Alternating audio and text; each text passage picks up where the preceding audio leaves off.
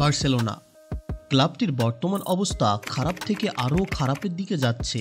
Xavi Hernandez mid সিজনে চলে যাওয়ার কথা জানিয়েছিল, তারপর তিনি থাকার সিদ্ধান্ত নিলেন।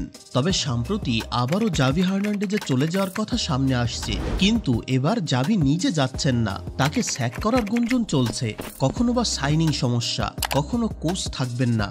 এক এক সময় ভিন্ন রকমের নাটক চলছে বার্সেলোনাকে নিয়ে। ক্লাবটি এখন পারফরমেন্স দিয়ে না, এই ধরনের ঘরোয়া সমস্যা দিয়ে মিডিয়াতে কাভারেজ বেশি পাচ্ছে, যা বার্সেলোনার ইতিহাসে অনেক বড় কলঙ্ক। বার্সেলোনার আভ্যন্তরে কি হচ্ছে, কেনই বা জাভিকে এখন স্যাক করার কথা উঠে আসলো, এবং এই সকল সমস্যার মূলে কে আছে, তাই আলোচনা হবে আজকের ভিডিওতে। তো চলুন শুরু করা যাক।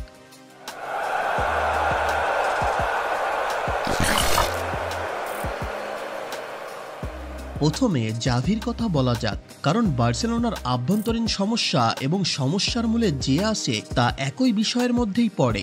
রোনাল্ড কোমান বার্সেলোনাকে মোটামুটি ধ্বংস করে দেওয়ার পর যখন জাভি হার্নান্ডেজ আসলেন, তখন দলের অবস্থা খুবই খারাপ ছিল। এই দলকে রিবিল্ড করার দায়িত্ব পড়ে জাভি হার্নান্ডেজের কাছে। টিম রিবিল্ডিং খুব ভালোভাবে না হলেও লা লিগার শিরোপা ঠিকই জিতে নেয় তারা। এত দ্রুত সফলতা নেওয়ার জন্য দারুণ প্রশংসা পেতে থাকে জাভি হার্নান্ডেজ, সে এই প্রশংসার দাবিদার। তবে এই সিজনে জাভি হার্নান্ডেজের উপরে ভরসা ছিল কাতালান সমর্থকদের, কিন্তু টফিলের সিজন গেল তাদের। তাহলে জাভি হার্নান্ডেজ কি ব্যর্থ হলেন? অবশ্যই না। একটা ক্লাব ইউরোপা লিগ খেলতো, সেখান থেকে তাকে লা লিগা জেতানো, পরবর্তী সিজনে চ্যাম্পিয়ন্স লিগের কোয়ার্টার ফাইনালে নিয়ে গেছেন। এই সিজনে লা লিগাতে 37 ম্যাচে 25টি জিতেছে তারা, হেরেছে 5টি ম্যাচ। এই পারফরমেন্সকে কোনোভাবেই খারাপ বলা যায় না। হ্যাঁ, রিয়াল মাদ্রিদ জিতেছে, এটা তাদের অতিমানবীয় পারফরমেন্সের জন্য। সম্পূর্ণ সিজনে হেরেছে মাত্র 1টি ম্যাচ, কিন্তু একটা ক্লাব প্রতি বছর লিগ টাইটেল নাই জিততে পারে, এটা স্বাভাবিক। যদিও জাভির বার্সেলোনা এই সিজনে 2বার রিয়াল মাদ্রিদের কাছে হেরেছে, তবুও এখানে জাভি হার্নান্ডেজের ব্যর্থতা তুলনামূলক অনেক কম, নেই বললেই চলে। তাহলে বার্সেলোনার সমস্যাটা কোথায়? বার্সেলোনার মূল সমস্যা আভ্যন্তরীণ রাজনীতি। বার্সেলোনাতে এমন এক ব্যক্তি আছে যে চায় বার্সেলোনার সমস্ত কন্ট্রোল তার হাতেই থাকুক, প্রতিটা সাইনিং সে করবে, মিডিয়ার কাভারেজও তার বেশি হবে, সেই যেন বার্সেলোনার মেইন ম্যান হয়। তিনি বার্সেলোনার প্রেসিডেন্ট হুয়ান লাপোর্তো। এই ব্যক্তিটি ফ্লোরেন্তিনো পেরেজের মতো ক্ষমতা খ্যাতি চান, যা তিনি না পেলে যা মন চায় তাই করেন।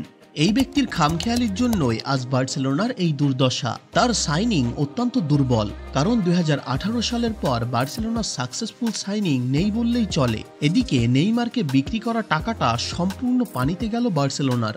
বার্সেলোনা এই সিজনের সাইনিংগুলো জাভি হার্নান্ডেজের মতো না হওয়ায় তাই মিডিয়া প্রেসে জাভি হার্নান্ডেজ না থাকার সিদ্ধান্ত নিয়েছিলেন। তারপর ক্লাব তাকে কোনোভাবে মানিয়ে নিলেও এখন মত ঘুরে যায় লাপোর্তের। লাপোর্তো তার দলের সেরা খেলোয়াড়দের রাখতে পারেনি, যেমন মেসি, নেইমার, সুয়ারেজ। এই 3 জনের কেউই খুশি হয়ে ক্লাব ছাড়েনি। প্রথমেই নেইমার কেন প্যারিসে যাবেন? হ্যাঁ, অর্থনৈতিক লিপ্সা থাকতেই পারে, তবে আটকাতে না পারাটা কিন্তু কর্তৃপক্ষের ব্যর্থতা। মেসি কেন বার্সেলোনা ছাড়বেন? সুয়ারেজ কেন বার্সেলোনা ছাড়বেন? মেসিকে বার্সেলোনা পরবর্তীতে এত সাধলেও ফিরলেন না কেন মেসি? রেফারি স্ক্যামে বাজেভাবে ফেসেছে বার্সেলোনা। এখন বার্সেলোনার আর্জেন্টিনা সাপোর্টাররা বলবে রিয়াল মাদ্রিদও তো রেফারি কেনে, কই তাদের তো কেউ কিছু বলে না।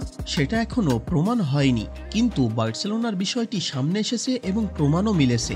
এখন এই বিষয়গুলো হ্যান্ডেল করে কর্তৃপক্ষ, মূলত প্রেসিডেন্ট। এটার পিছনে খেলোয়াড় কিংবা কোচের কোনো হাত থাকে না। রেফারি স্ক্যাম যদি হয়ে থাকে তাহলে তা করেছে লাপোর্তো। সেসব ঘটনা এখনো সামনে আসেনি, তবে একদিন আসবে। বার্সেলোনার মতো ঐতিহাসিক ক্লাবটিকে লাপোর্তো প্রেসিডেন্ট শেষ করে ছাড়ছেন। তো ভিডিও এতটুকুই, কথা হবে পরের ভিডিওতে। ভিডিও ভালো লাগলে একটি লাইক দিয়ে চ্যানেলটি সাবস্ক্রাইব করে সাথে থাকেন।